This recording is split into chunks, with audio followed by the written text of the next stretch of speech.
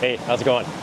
On this episode of Home Water Dispatch, I've worked my way a little further downstream on the Mill River, part of my home waters here in Western Massachusetts, and I've stopped here at this tiny little waterfall. It might not look too significant, but I'm going to tell you a bit of a story about it.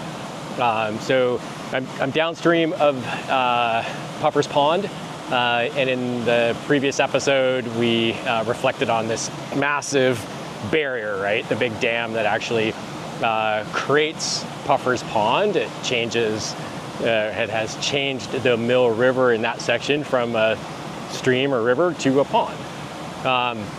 And so we're a little bit further downstream. Water flow is kind of low. Sorry, I'm trying not to fall off this rock here. I've got my feet in the water to cool off because it's a freaking hot day. Anyway, and so we're at this kind of little barrier that might not seem all that significant. It's not, a big, catastrophic or what might seem like a catastrophic dam. It's only, maybe 2 feet high. But it does still play a significant role in terms of influencing the connectivity and the movement of fish up and down the stream here. It influences a little bit in terms of the distribution or movement of nutrients and matter. And the story I want to tell you is actually a former student in my program at UMass Amherst, avid fly fisher, was down here, and I forget what time of year, but sent me some videos and pictures of these white sucker that were, and white suckers, they're a benthivore, they're mouse on the bottom, hence the name, almost sucker, but anyway, and they're native to the Mill River, to this watershed, and he shot me some videos and images of these white suckers were trying to migrate upstream, and they couldn't because of the barrier. They were they're right here, and they were trying to get upstream, and they basically were kind of trying to, and they couldn't make it.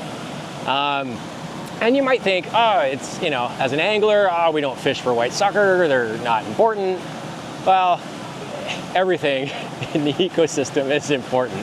White suckers, they're benthivores, they're important for moving around matter, right? They'll forage in certain areas, they'll rummage in the benthos, they'll migrate, they'll poop, and they're vectors for moving nutrients around, and that's kind of important.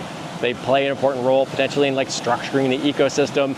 And then we stick these little barriers in the way, and I don't know the history behind this. It's probably decades old. There's a road bridge down here. My sense is that this kind of reduces water flow or changes the water flow so it doesn't impact impact erosion around either side of the bridge.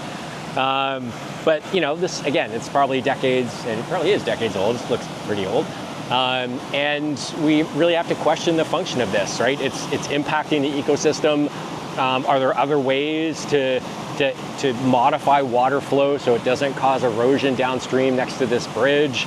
This is clearly impacting the movement of white sucker, but you know what? There's brook trout in here.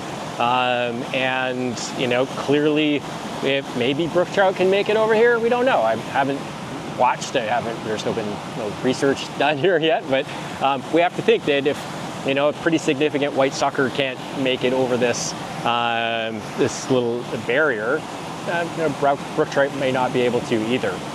And so, I just want to think about this, allow us to put these things in perspective. Is this a deadbeat dam or barrier that could be easily removed to start to restore the aquatic ecosystem, to restore the stream, to restore movement patterns of fish and invertebrates and other things? And slowly, can we make our way upstream to thinking about some of the bigger dams? If we value the ecosystem, if we connect to the environment, if we connect to nature, and we want to think about these systems in a changing world, right? And again, unpacking so many different things in these episodes, but we have to think about what's happening in the face of climate change. Is this influencing water flow to the extent that, you know, some of the pools downstream are getting more stagnant as water flow goes down, as temperatures go up? You know, we have to be a little bit more forward thinking in terms of the way that we view structures like this that, again, were, you know, put in decades ago, not thinking about climate change being an issue, or maybe not caring about the potential role of white suckers in the that they play in the health of this stream ecosystem. And so, you know, I'm gonna keep this one a little bit short. I might do a bit more walking downstream. We'll see. It's brutally hot. I'm very thankful that I got my feet in the water. It's kind of cool and nice. And so I hope you've had an opportunity to think about things on this continuum. If you've listened and watched some of the other episodes, we'll continue to unpack the way that humans interface with fish and the environment, all for the sake of creating more informed advocates and activists for your home water, the fish that you love, and the planet. So, all right. See you later.